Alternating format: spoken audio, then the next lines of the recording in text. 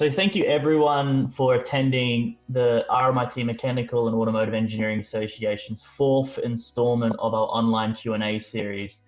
This week we have Boeing, and it is by far our most popular session so far. So obviously there's lots of interest in Boeing. Just like our previous sessions, we will begin with a short presentation on the company, and then this will be followed by questions from the audience. Just some general housekeeping rules. Please make sure your video cameras stay off, and also you have your microphones muted as well. So this session we have 3 Boeing engineers. We have Carolina, Melissa, and Owen to join us. So I'll hand them over to them now and they will begin their presentation. Thanks, guys. Hey, I'm Alan. I'm waving at you, but unfortunately my engineering laptop's a bit locked down, so I wasn't able to get the audio and video to work, even though it worked for our internal systems. I'm an automation engineer, so ironically I probably should have been most on top of this.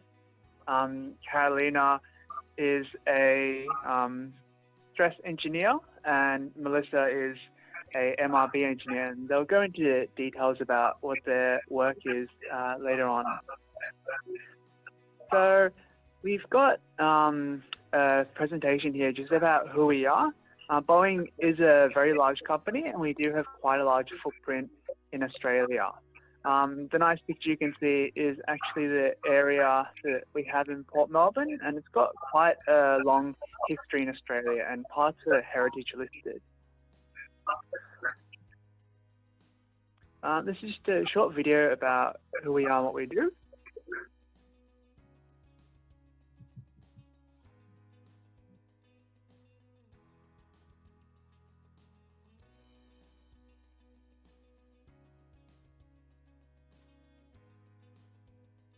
I don't think the sound's working for the video, by the way.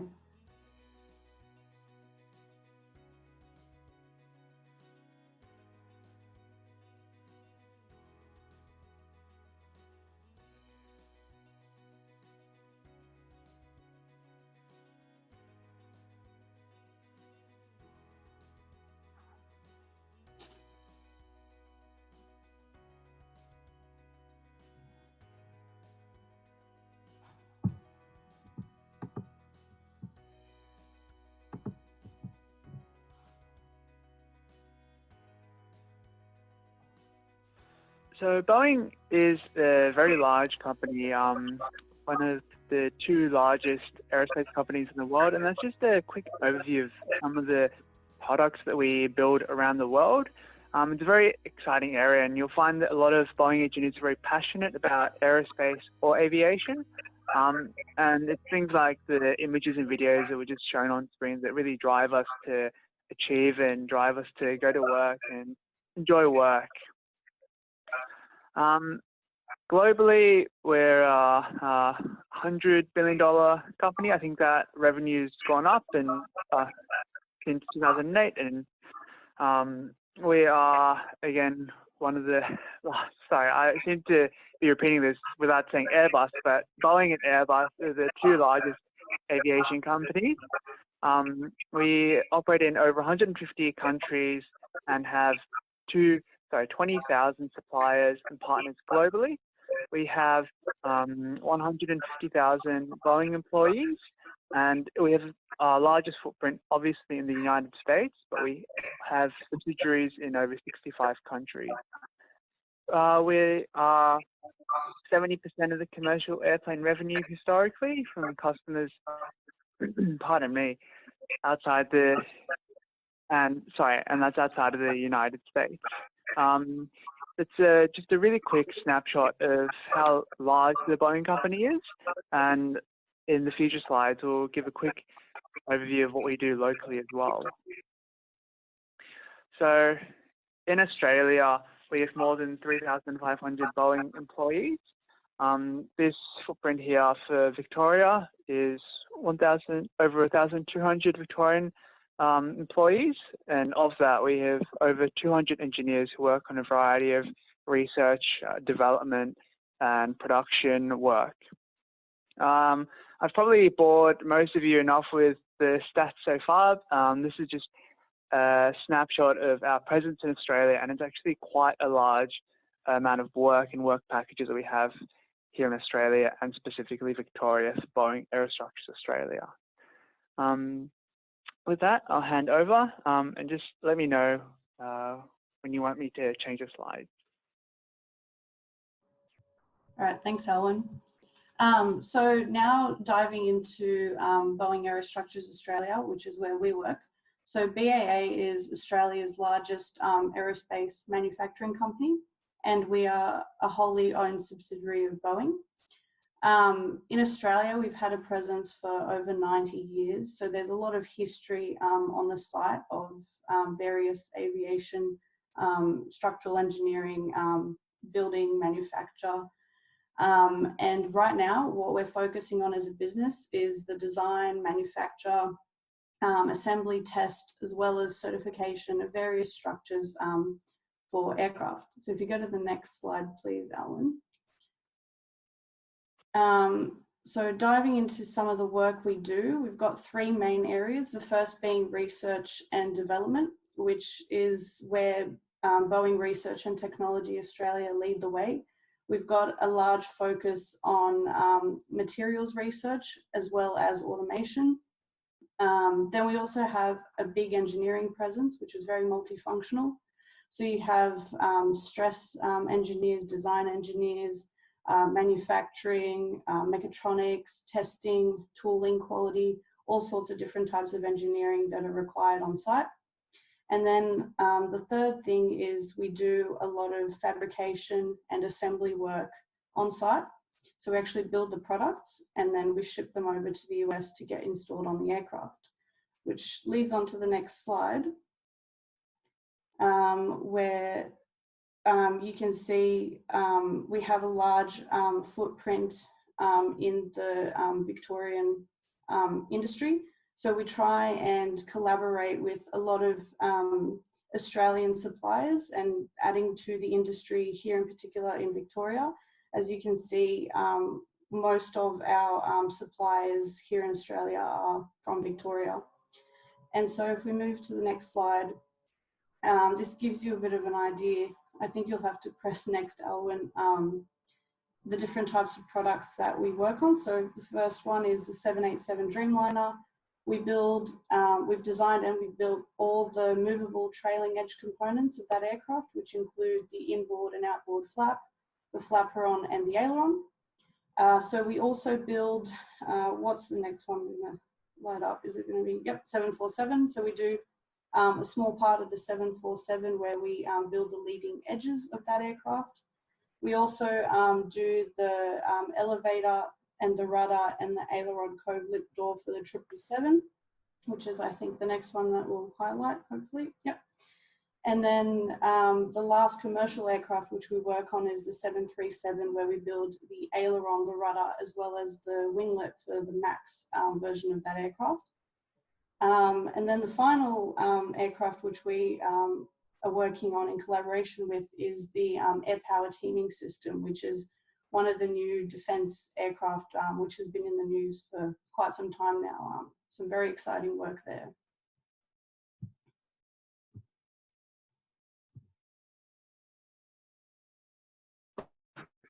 Okay, so this slide's about the opportunities that BAA offer.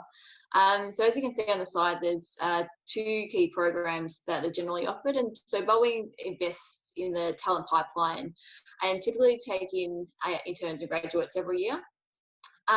So going through them, so the internship programs, generally 12 weeks of 12 weeks paid, and you get to work with lots of different teams across the business and learn about the builds of all the different products that we make in Port Melbourne.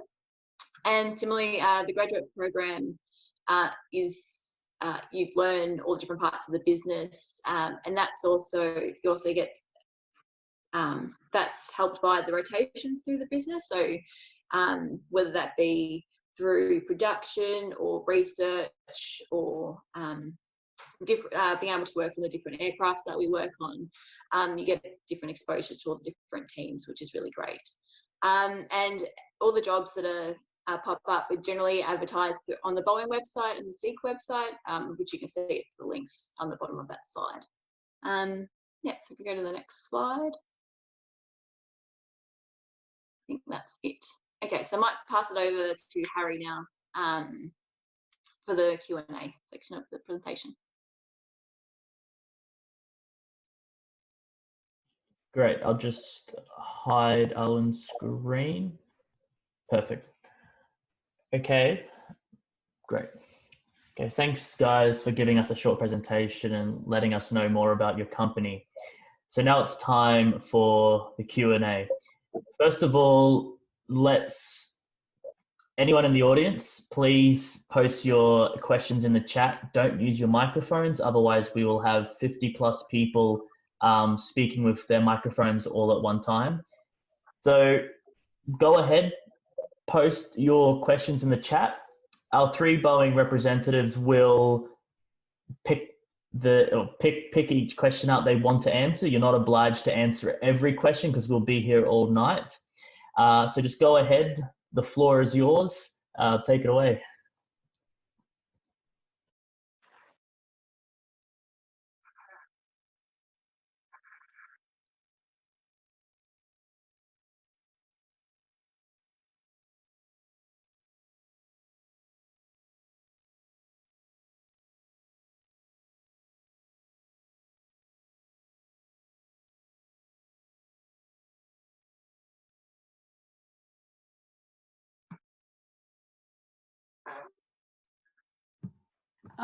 So I might start off with one that popped up for me. So the question is, do you have any suggestions or tips on how to get industry experience, if there are any, in early years of uni, especially before internships?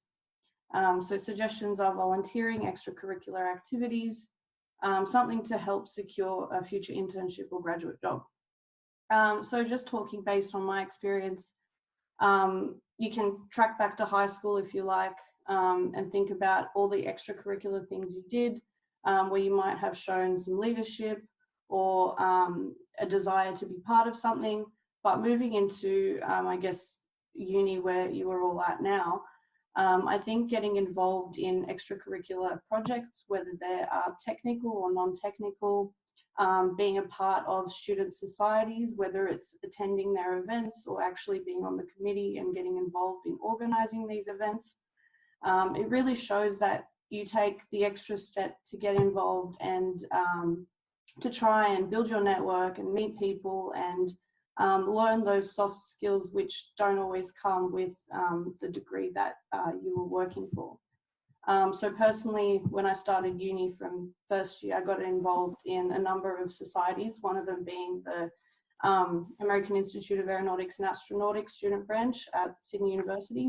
I'm sure at RMIT, I mean, you've got MAEA, but you've got a lot of other societies which you could also become a part of. And also, you know, don't be afraid to speak to lecturers or your other mates and figure out, you know, maybe a project or something to work on, and start something up yourself. That's also showing good initiative. I don't know if you guys have something to add to that.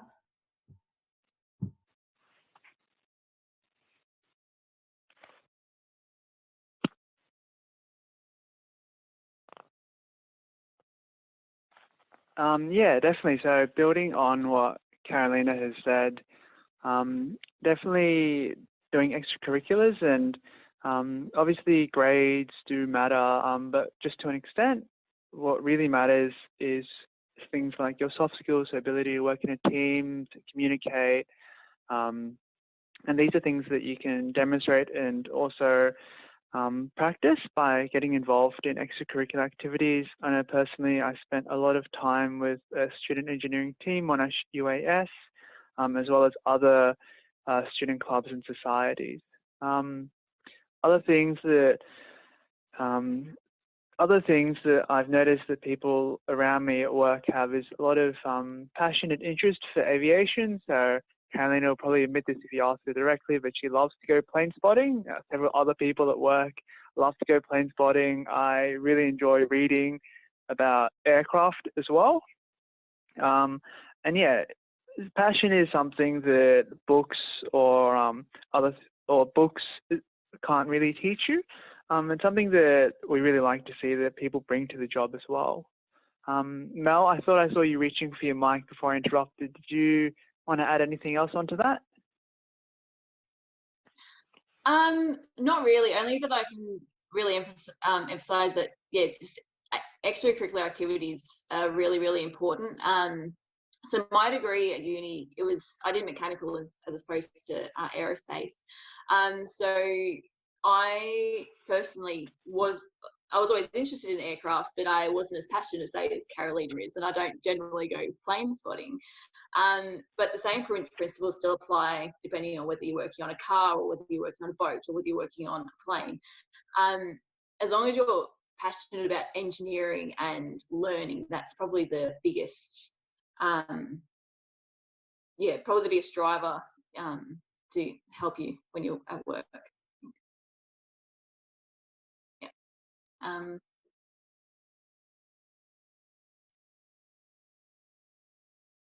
Just looking for another question.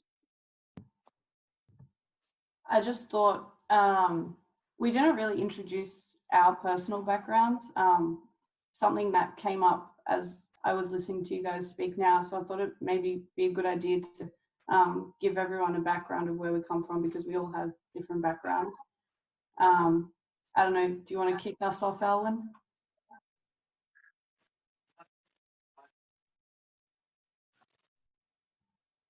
We can't hear you. There we go.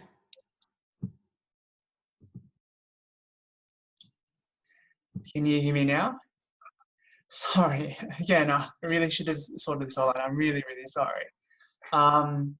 So I studied aerospace and commerce at Monash. Really enjoyed it. When I was going to uni, I joined a drone team, Monash UAS, spent perhaps a few too many hours there.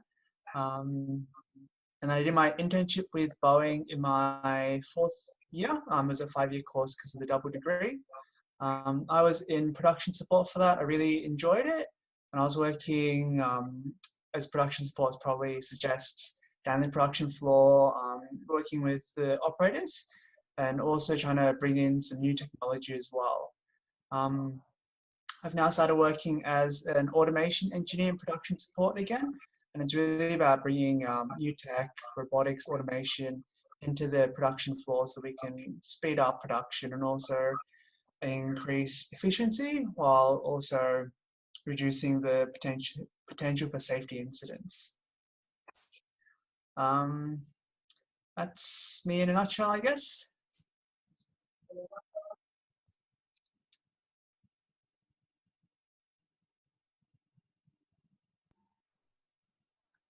Mel, do you go next? Around. So I studied. So I studied mechanical engineering and business. A couple of internships. I went to Cambodia with Engineers Without Borders for a couple of weeks, and I also did a 3-month placement at BAE Systems. One of the summer.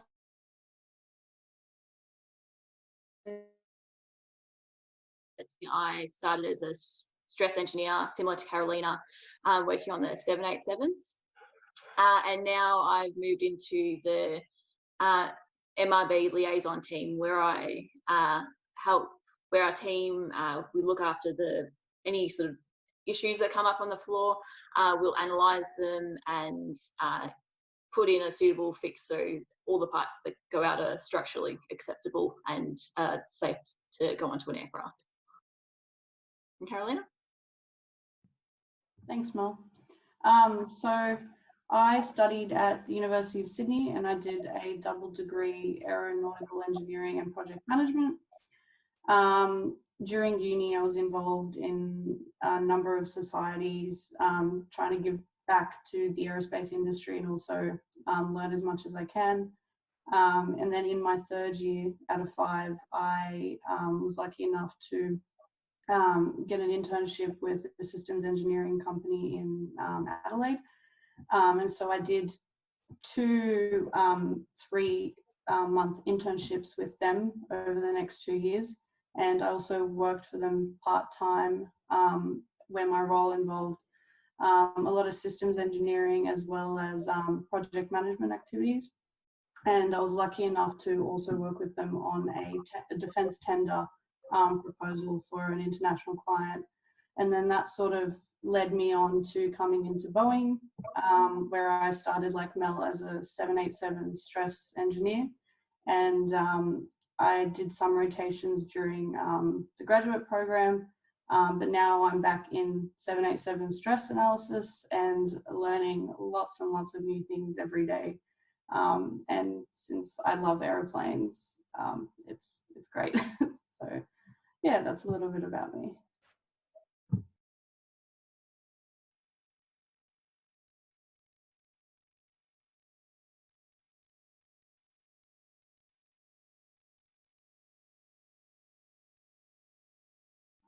Can't hear you, Alan. Sorry, hopefully you can hear me now.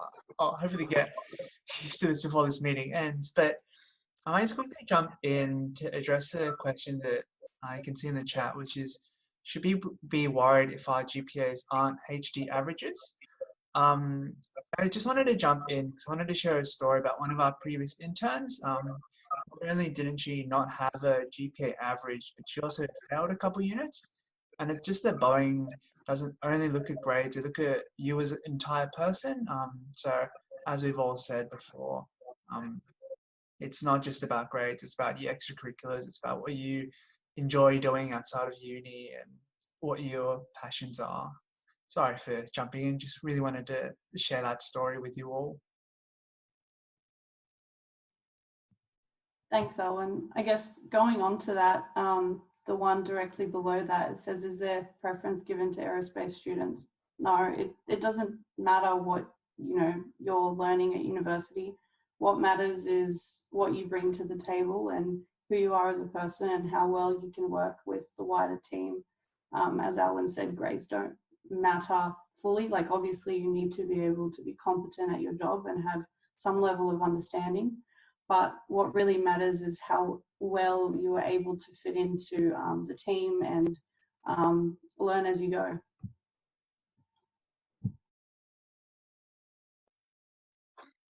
And also the question from Maria, that have you learnt more on the job or throughout uni? I think that's a really interesting question. I thought when I was at uni, I learned so much. But I think the idea of uni is that you have so many buckets of knowledge and expertise from each lecturer. And you only just get a little sample of each of those kind of wealths of knowledge. But now at work, I feel like I've really dived in, and there's so much more in CAD that I can do now that I had no idea even existed before I started at Boeing. And same with ANSYS and Excel and all these other programs. And then there's also all the specific knowledge about planes that I've also learned.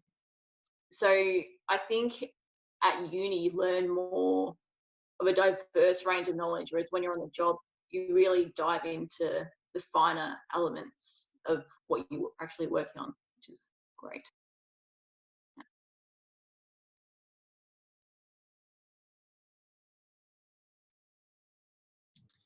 One thing that I've learned is what it takes to take an idea to a full industrial scale. So things like what you might think a easy joint like a clevis to a lug, or how you might apply sealant to a surface before you join two surfaces together. They seem really simple in your head, but when you try to roll it out into an aircraft that's meant to be airworthy for 30 plus years, or onto a program that builds 59 chipsets a month, suddenly those challenges are quite large.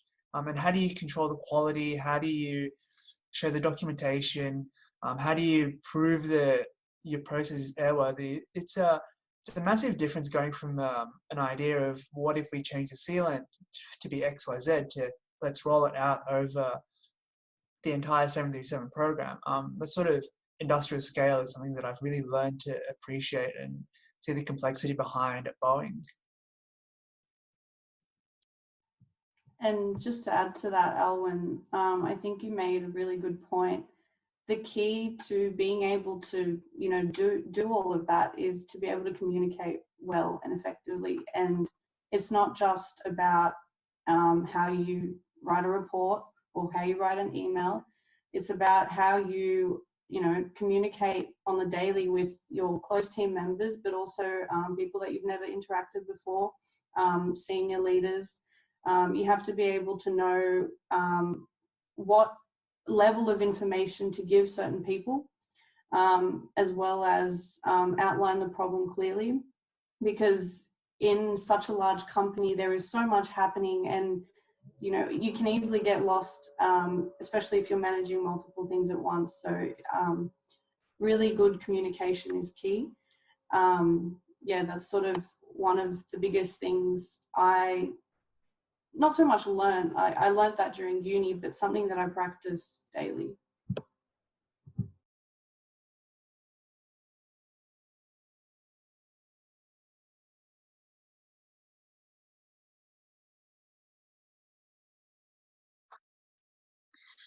I'm just seeing a lot of questions come up about applying for the internships and jobs. So masters and PhD students can apply for them, but as far as I'm aware, that's still part of the graduate and internship with the graduate program. But then there's also obviously like the full-time jobs that pop up every so often as well, where they just hire one-off engineers. And can international students apply, or whether you have to be a citizen? I would strongly encourage everybody to apply. In the job description, there will be, if there are any requirements, they'll be stated in that, and HR will do the relevant checks after the application stage. But yeah, definitely, as soon as a job pops up, I'm definitely recommending everyone to apply.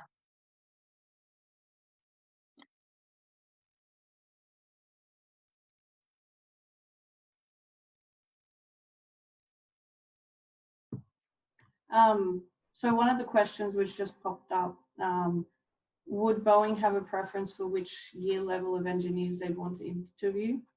I think that on our advertisements, it says preferable second year plus. And all that does is basically show that you have some sort of understanding.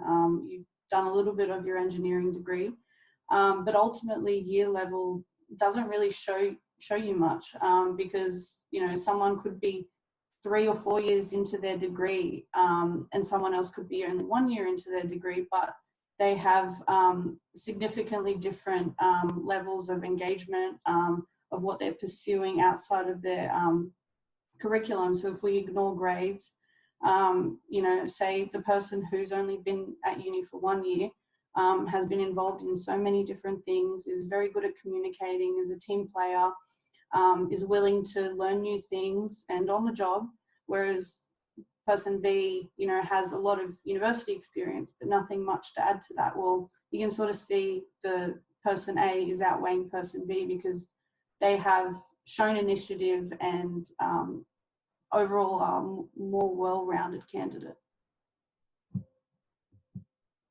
So there's no really clear answer other than, just try and sell yourself well and, learn as much as you can.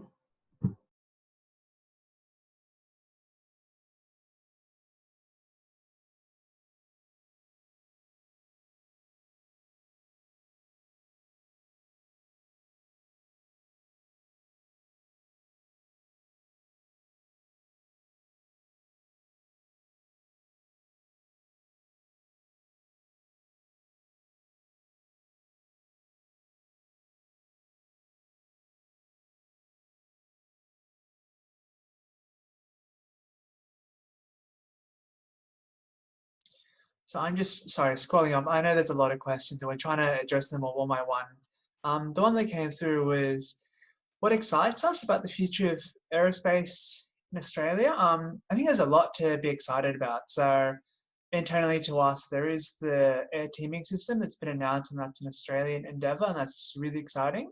I think some of the news reports are saying it's like the first military aircraft that's been built in Australia, designed from scratch for the past like 20, 30 years.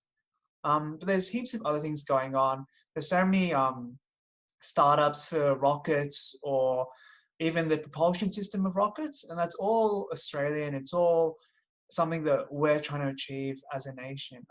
And I think they're going for, I wouldn't call them niches, but going for things that aren't quite the up and coming technologies like drones, reusable rockets or disposable rockets. That's what really excites me. I don't think that we're going to have an entire commercial aircraft branch that's an Australian version of Boeing. I don't really see that in the future, but I can see a lot of cool applications or very specific solutions that will come up in Australia, and those are the things that really excite me.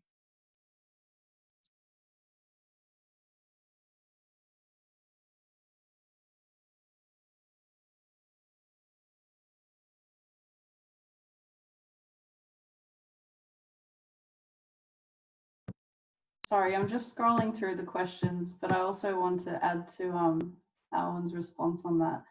I think, yeah, I want to add on to Alan's response, but I also want to respond to one of these questions, which mentions, do you think the aero industry in Australia can ever reach comparable levels to United States or Europe? Based on the landscape of the industry here and what exists in United States and Europe, I don't think we as an industry, and this is my personal view, should be aiming to become the scale that is over there, because that's not where we can win. What we can do as an industry here in Victoria and in Australia is tackle those niches which small agile teams can do compared to a large company in the States, which operates completely differently. And based on our experience here, we don't have the capability to I guess level with them or compete with them, but nor do we want to, because we here at BAA, we are a subsidiary of Boeing. We are Boeing essentially. We're just a different site, making a smaller part of the larger picture. And I think one of the key capabilities that we have here is the materials research and the technology for that. And that's something that we're continuously trying to expand on. And that's where the Boeing research and technology team come in, because they're currently working on things that will be implemented on aircraft in the future, whether it's 5-10 years time or even further than that. And that's something where I know Australia is strong in, and it stems from universities conducting research, partnering with companies such as Boeing, and being able to pave the way for the future. It may not be in Australia that we're going to build the next 747 large aircraft and have a huge manufacturing line, but we can do something on smaller levels to chip into the wider picture. And I think that's what is exciting. We have a lot of things happening in Australia. All you need to do is get out there on social media, have a bit of a research, and you'll be surprised at how much there is and what you can find.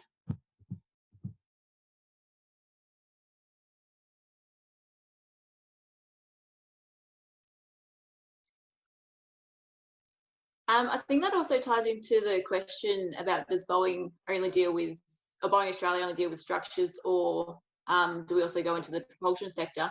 So at the Port Melbourne site, so that's predominantly structures engineering. There might be smaller projects that might pop up, but that's very rare.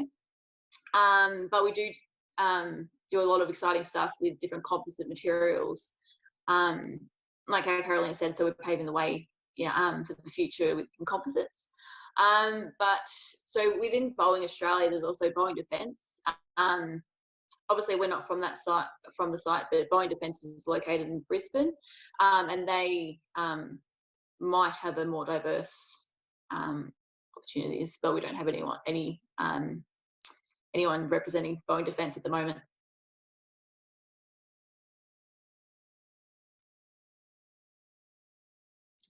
I might just quickly jump in just for Bernardo. So just so you know that we're not ignoring you, we can only say that you should definitely apply where you can. I know it sucks if you're getting rejected, especially if it's something that seems like it's out of your control.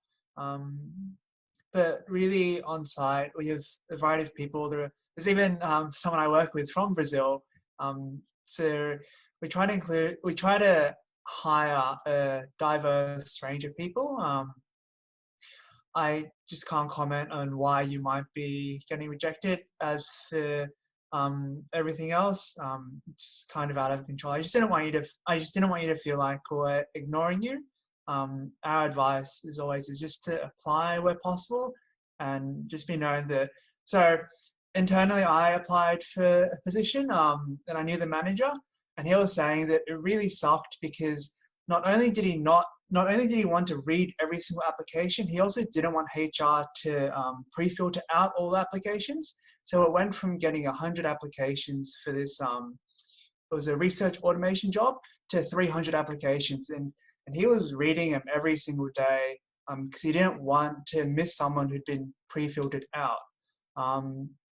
So while we can't tell you what people are thinking, we can share these stories. I just want to tell you that there are managers there who don't want applications to be filtered, and they will sit there and read every single application one after another. So yeah, I can only encourage you to keep on applying. As for when an application period is open, so when I applied for an internship, they were open quite late in the year. I think they were July or August, but since then they've tried to change up the timing to try capture a larger pool of potential applicants. So again, we can't really comment on what HR is going to do and what they might do. We can just share our experiences.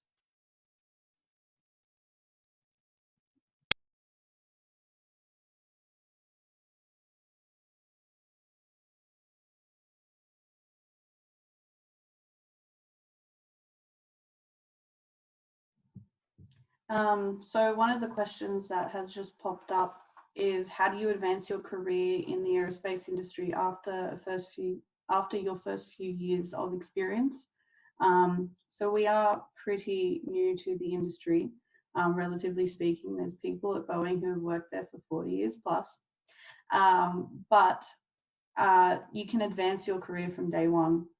And I think one of the most important things to be able to do that is how you approach your job and how you try to seek opportunities. I'm not sure how many of you go out of your way to look for them. Sometimes people are lucky and an opportunity is brought to them. But most of the time you have to try and find your own opportunities. And I've learnt that throughout university, and I think it's important to, if you want to get somewhere, you have a goal in mind, whether that goal may be 2 years away, 5 years away, or 10 years away. What you know is where you want to be, and you can try and pave your path to getting there. And sometimes that path might not be straight. It might take you sideways on a tangent, but that tangent allows you to explore whether you want to go towards that goal that you originally had, or maybe your goal may change. So I think the biggest thing is, having the motivation and seeking opportunities where possible. And that's all that, really is to it, other than, your desire and your passion to want to achieve and advance your career. I'm sure you guys have something to add to that.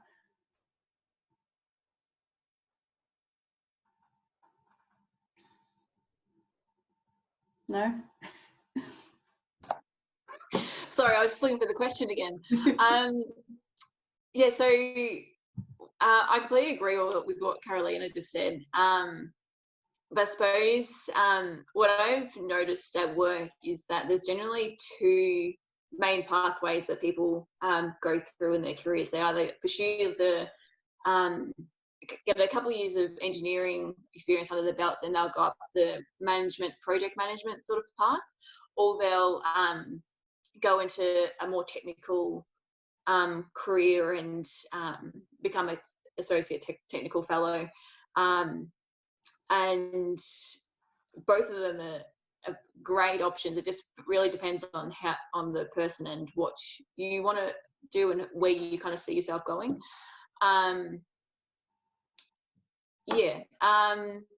So I suppose also then because there's so many different areas they can go into, so whether you're a stress engineer or a design engineer or a tooling or a quality, or if you feel like you've gotten enough wealth knowledge in one area, it's so easy to move to another area and start all over again and build your knowledge and just continually learning and growing. There's definitely plenty of opportunities after a couple of years to get more experience.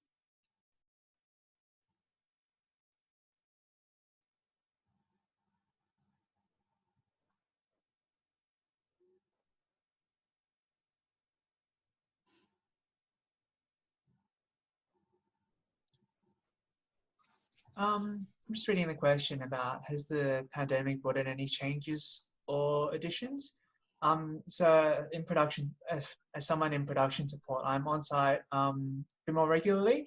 So where possible, the directive has been that everyone should try to work from home. So most of the engineering team has been working from home.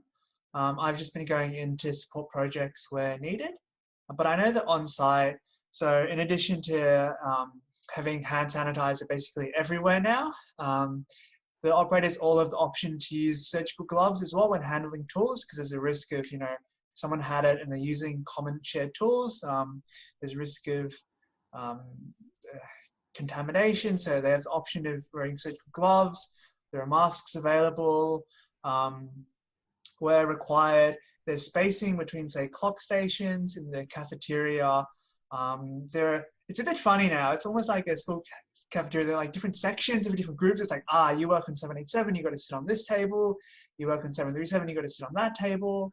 And all the tables is have space in between them, or the chairs are spaced out. But yeah, so we're trying to do as much as we can to minimize the risk of infection.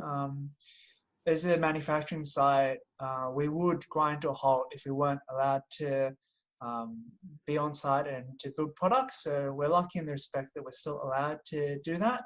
But the company has taken every possible measure, and like every idea that's come through, they've tried to act upon them. And I know in my emails have been multiple calls for, do you have any new ideas? Do you have any feedback? Do you have any survey? Do you want to fill out this survey for how we're responding to the coronavirus? And some of the ideas are also not just about how we as a company can improve. There are things like we've donated isopropanol to, I think it was Frankston Hospital. And then I think just today I saw an email come through that we'd also been donating safety glasses to Monash Hospital as well. So yeah, there have definitely been big changes that have come through because of the pandemic, and hopefully there will be some positive outcomes, maybe a more flexible work-life balance at work now that people have experienced working from home, and we can see that we can still operate that way. And it's good to see that as a company, we're still trying to help the community where possible. So I know there were a couple questions about COVID-19 and the pandemic. I just wanted to kind of loosely address them. I just wanted to add to that, Alwyn. You made some really good points there. And you focus a lot on the, I guess, physical things that we're doing as a company to try and mitigate the risk. But what we're also doing is, as a company, trying to make sure that our workforce is still well throughout this time. And so there's been a lot of increased activity whether it's between team members to check up on each other on how you are going. But there's a lot of communication about mental health and well-being, and it's a very important aspect, especially during this time where as a large business, there's a lot of people who are affected, but we are, I guess, in terms of the wider society, a very small portion of that. And the way that, you know, our employer can provide benefits to us during that time, we can pass that on to our family, our friends, people who are around us. And I think, yeah, the biggest impact that this whole pandemic has had on us is, you know, how we work as a team, trying to face this challenge and, you know, maintaining health, maintaining safety, but also trying to, you know, be there for each other and be the support network and uphold that culture that we strive to do so on a daily basis.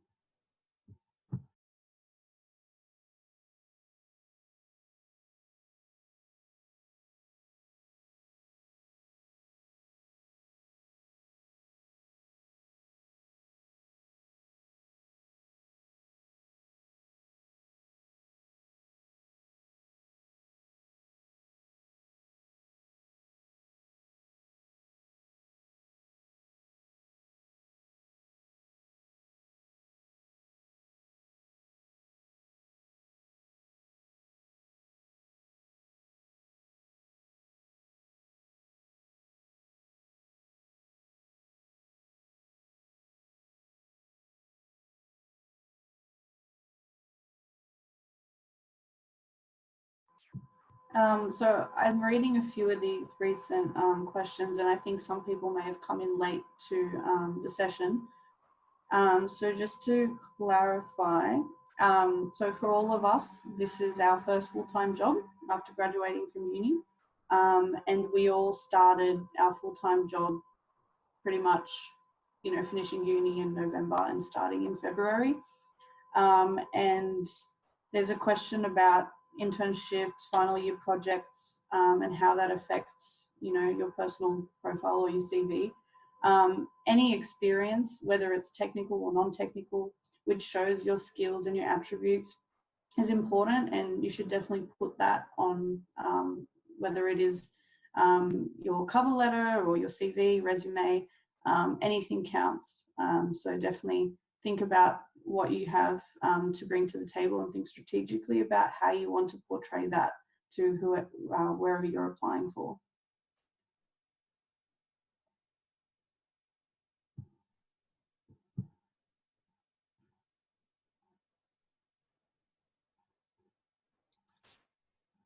And older question, when I say old, it's only like 10 minutes old, but is it true that Boeing invested in Australia because of Australia's unique injection molding reputation?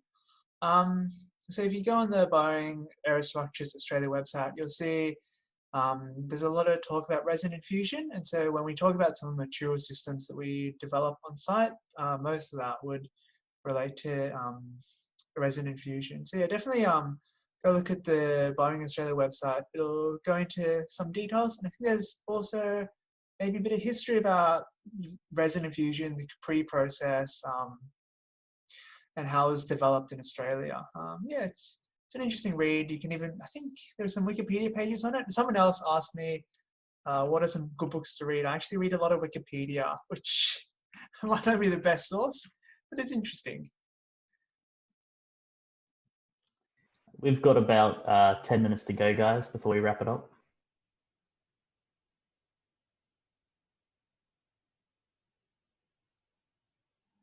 I think it depends on what you want to read, whether it's technical or about the industry. But there's a lot of different magazines that you can subscribe to, whether it's physical ones or just through email, that will give you daily updates about what's happening in the industry. I think that's something really good to have, because, you know, you can check that in the morning when you wake up, have your coffee, and be able to know what's going on around you and how it may impact your business, or for you guys, your future job prospects. And having that awareness of what's going on is also super important when you actually do get a job, and you can look back on the things that have happened in the past, and they might help you try to understand or pave the future of what you may need to do in your current job.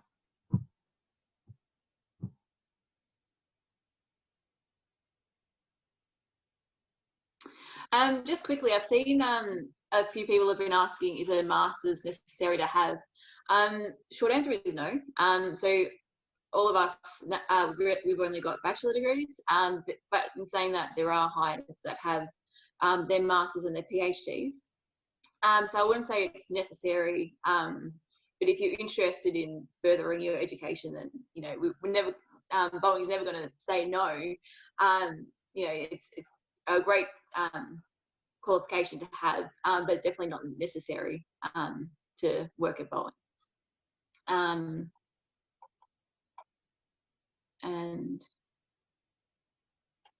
And I also saw one that if you do your final year project in the aviation field, does it add up?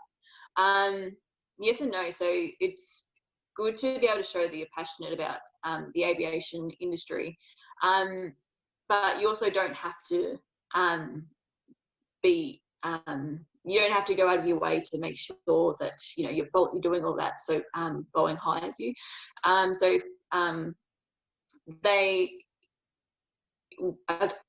Boeing, they don't really, they're more interested in whether you're passionate about engineering as opposed to aircraft, I think is the best way to think about it. So for example, so my final year project was actually on submarines, and that, it's translatable to aircraft, but it's definitely not an aircraft. Yeah, so think about it more as being passionate towards engineering as opposed to aircraft. I think so, because diversity is always important.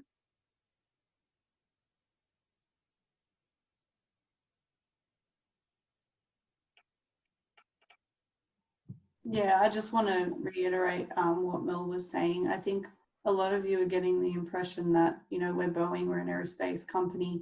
We're only looking for people who are interested in aerospace or have done something in aerospace. That's not the case. You could have a completely different background, but as long as you have the skills and the attributes and, you are that well-rounded person that would fit into our team, that's what we look for. And if you have the passion to learn and further yourself within our business, then, that's all we could ask for.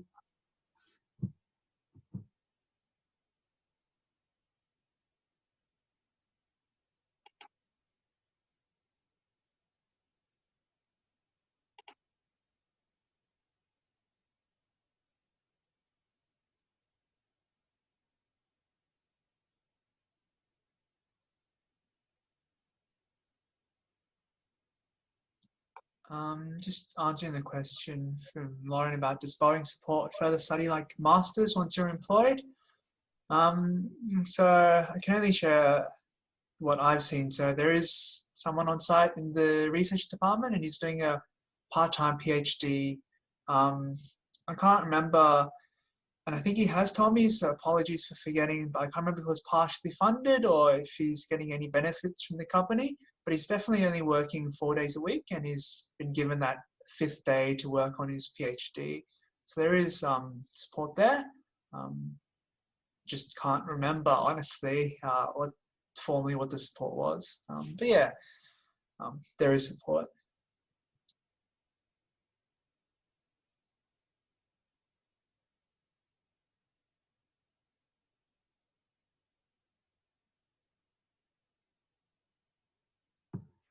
Are there any final pressing questions that any of you may have about, your studies or getting into the industry, where we can help the most for you right now?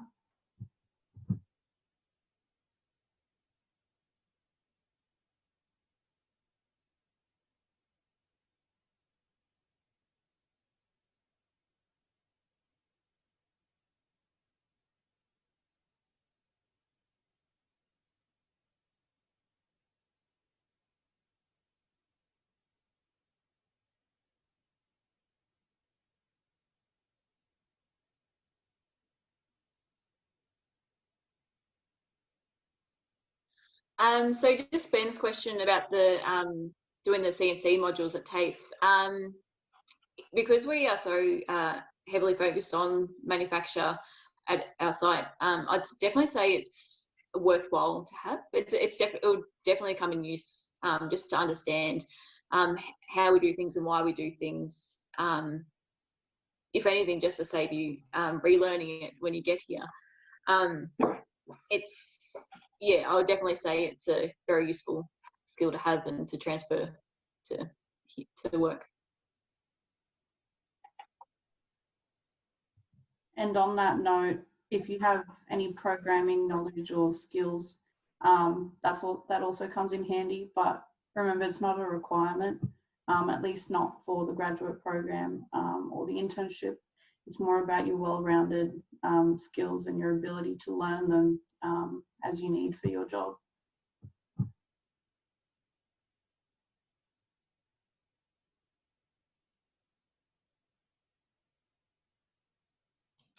All right, final 1 or 2 questions if there is any.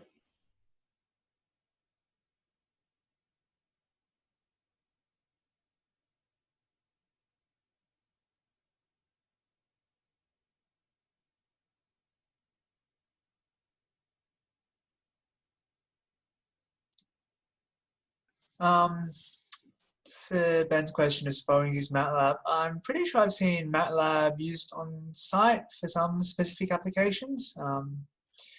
But yeah, any general programming knowledge is good, and a lot of skills are transferable.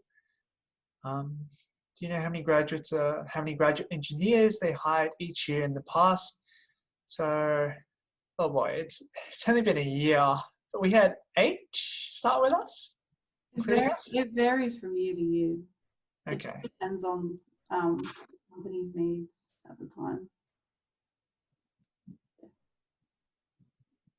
But I'm pretty sure our intake was 8 or 9.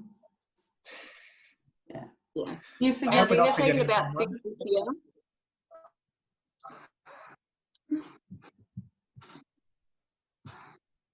Yeah, definitely fluctuates year to year depending on business needs. And yeah, just reiterating, GPA isn't a cutoff. It doesn't truly matter. I mean, it has some sort of effect on how you present yourself and your abilities, but your soft skills and your hard skills and how you are willing to apply and learn is the main thing you want to focus on.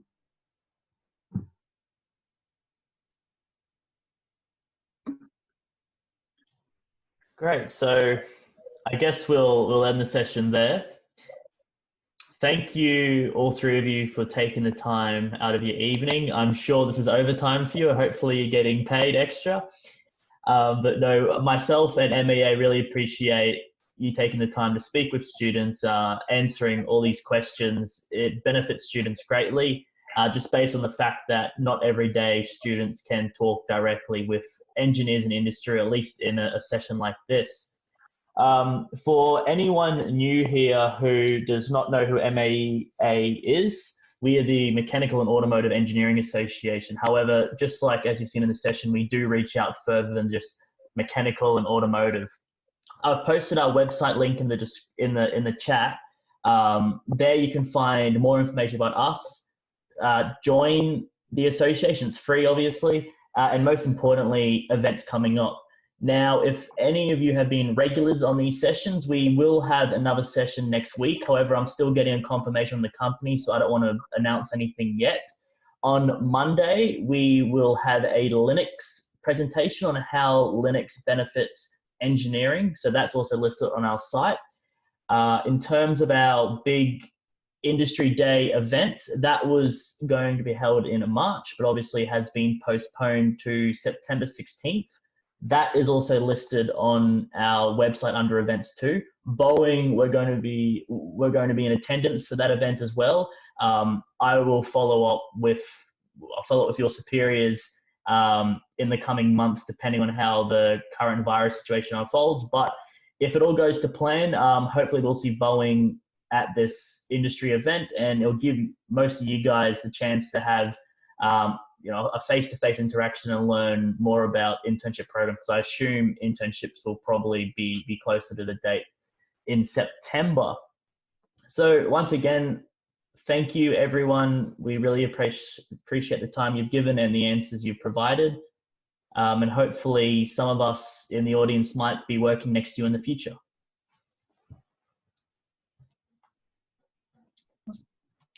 Thanks, everyone, for your time. Thanks, everyone. Thanks, Harrison, for organising. Yep, thanks everyone. Yep, no worries. Good to meet you all.